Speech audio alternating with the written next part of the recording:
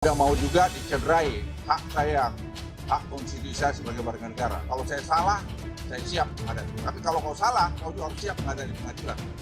Itu aja simpel. Nggak benar. Pengadilan kan kita percaya pengadilan kan? Ya itu.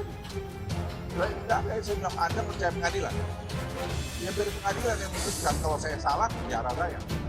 Tapi kalau kau salah, kau penjara juga. Adil kan? Kau warga negara, saya warga negara kan? Ya udah. Jangan ada yang merasa lebih di depan undang-undang.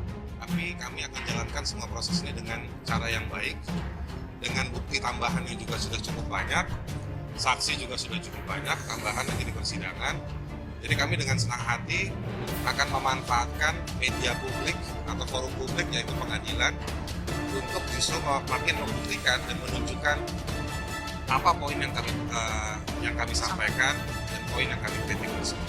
Kira-kira begitu. Mereka yang tidak komit dengan prinsip demokrasi sekarang lebih berani menggunakan pikiran. Karena itu kita yang komit dengan demokrasi harus lebih kuat lagi menggunakan pikiran. Kita tidak akan membayangkan ada petinggi menyatakan mari kita ubah konstitusi. Tidak pernah membayangkan. Kalaupun ada di pertemuan orang tersebut, tapi di ruang terbuka mengatakan itu tidak pernah terbayang. Ada orang yang berada dalam posisi kunci Menko mengatakan merubah konstitusi dengan jumlah orang pada berapa banyak yang menurun. Ini adalah bukan menurun kualitas demokrasi kita tidak turun. Paradigma aja sebetulnya tuh. Apakah betul maksud dari Haris adalah hina atau untuk mencemarkan nama baik, atau itu bagian dari satir LSM dunia untuk mencoba mengumpankan sesuatu supaya ada pembicaraan yang berlanjut tentang kasus-kasus yang ekservinasi itu.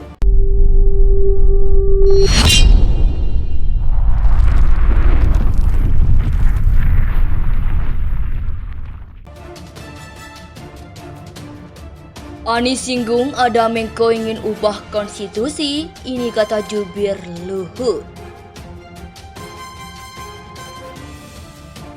Juru bicara Menteri Koordinator Bidang Kemaritiman dan Investasi atau Menko Marves Jody Mahardi merespon pernyataan Anies Baswedan yang menyinggung ada Menko menginginkan konstitusi diubah. Namun demikian dianggap bicara banyak lantaran ucapan Anies itu menurutnya tidak jelas. Jody mengatakan hanya Anies yang mengetahui maksud perkataannya sendiri.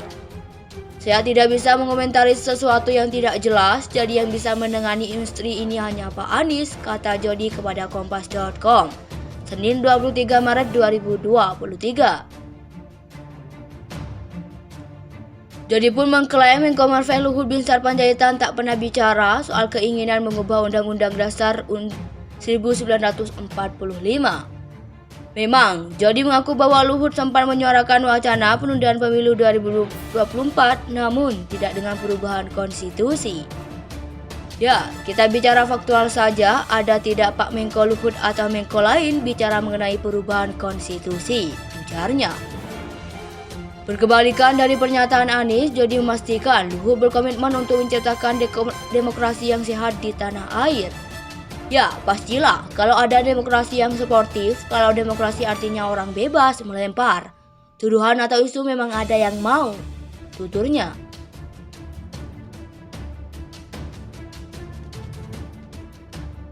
Anies menyebut praktik tersebut harus dilawan demi menyelamatkan semangat reformasi 1998.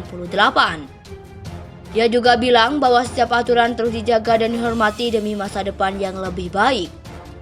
Yang kita butuhkan hanyalah fair play, yang kita butuhkan hanyalah kesetaraan kesempatan, yang kita butuhkan adalah kenetralan dari yang memegang kewenangan, tutur mantan Gubernur DKI Jakarta itu. Publik pun menduga pernyataan Anies ini ditujukan buat Luhut, sebab dari 4 Menko Kabinet Indonesia Maju, Luhut pernah terang-terangan menggulirkan isu penundaan pemilu pada awal 2022 lalu. Desa-desu pemilu ditunda itu sempat memunculkan isu perubahan konstitusi. Sebab UUD 1945 mengatur pemilu harus dilaksanakan setiap 5 bulan atau 5 tahun sekali. Selain Luhut, Menteri Koordinator Airlangga Hartarto juga sempat menyuarakan isu serupa tapi tidak masif. Sementara Menteri Koordinator Bidang Politik, Hukum dan Keamanan atau Menko Polhukam tegas menolak penundaan pemilu. Sedangkan Menteri Pembangunan Manusia dan Kebudayaan atau Menko PMK Muhadjir Effendi tak pernah ikut bicara soal isu itu.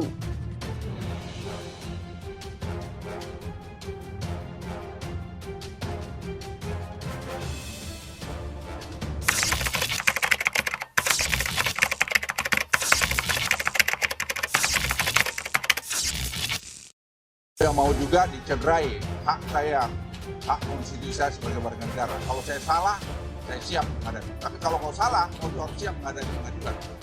Itu aja simpel. Enggak benar. Pengadilan kan kita percaya pengadilan enggak? Ya itu. Tidak ada yang saya bilang Anda percaya pengadilan. Ya biar pengadilan yang memutuskan kalau saya salah, penjara saya. Tapi kalau kau salah, kau penjara juga. Adil kan? Kau warga negara, saya warga negara kan? Ya udah. Jangan ada yang merasa lebih di dalam undang-undang. Tapi kami akan jalankan semua proses ini dengan cara yang baik, dengan bukti tambahan yang juga sudah cukup banyak, saksi juga sudah cukup banyak, tambahan nanti di persidangan. Jadi kami dengan senang hati akan memanfaatkan media publik atau forum publik yaitu pengadilan untuk justru makin membuktikan dan menunjukkan apa poin yang kami sampaikan dan poin yang kami kritik tersebut. Kira-kira begitu. Mereka yang tidak komit dengan prinsip demokrasi sekarang lebih berani mengungkapkan pikiran. Karena itu kita yang komit dengan demokrasi harus lebih kuat lagi mengungkapkan pikiran. Kita tidak akan membayangkan ada petinggi menyatakan mari kita ubah konstitusi. Tidak pernah membayangkan. Kalau belum ada di pertemuan orang tertutup, tapi di ruang terbuka mengatakan itu tidak pernah terbayang. Ada orang yang berada dalam posisi kunci Menko mengatakan merubah konstitusi dengan jumlah orang berapa banyak yang menurun. Ini adalah bukan menurun kualitas demokrasi itu tidak turun. Anies menyebut praktik tersebut harus dilawan demi menyelamatkan semangat reformasi 1998. Dia juga bilang bahwa setiap aturan terus dijaga dan dihormati demi masa depan yang lebih baik. Yang kita butuhkan hanyalah fair play, yang kita butuhkan hanyalah kesetaraan kesempatan, yang kita butuhkan adalah kenetralan dari yang memegang kewenangan, tutur mantan Gubernur DKI Jakarta itu. Publik pun menduga pernyataan Anies ini ditujukan buat Luhut, sebab dari 4 Menko Kabinet Indonesia Maju, Luhut pernah terang-terangan menggulirkan isu penundaan pemilu pada awal 2022 lalu. Desa-desu pemilu ditunda itu sempat munculkan isu perubahan konstitusi, sebab UUD 1945 mengatur pemilu harus dilaksanakan setiap 5 bulan atau 5 tahun sekali. Selain Luhut, Menteri Koordinator Airlangga Hartarto juga sempat menyuarakan isu serupa tapi tidak masif. Sementara Menteri Koordinator Bidang Politik, Hukum dan Keamanan atau Menko Polhukam tegas menolak penundaan pemilu. Sedangkan Menteri Pembangunan Manusia dan Kebudayaan atau Menko PMK Muhadjir Effendi tak pernah ikut bicara soal isu itu.